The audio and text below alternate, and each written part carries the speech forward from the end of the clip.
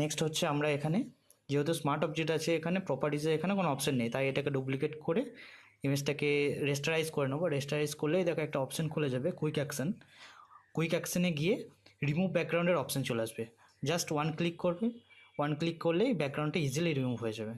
দেন একটা solid colour ফেলে দেখিয়ে দিই, একদম পারফেক্ট ব্যাকগ্রাউন্ডটা রিমুভ হয়ে গেছে। খুব সুন্দরভাবে খুব সুন্দর রেজাল্ট দিয়েছে, দারুণ। এই অপশানটা খুবই সুন্দর।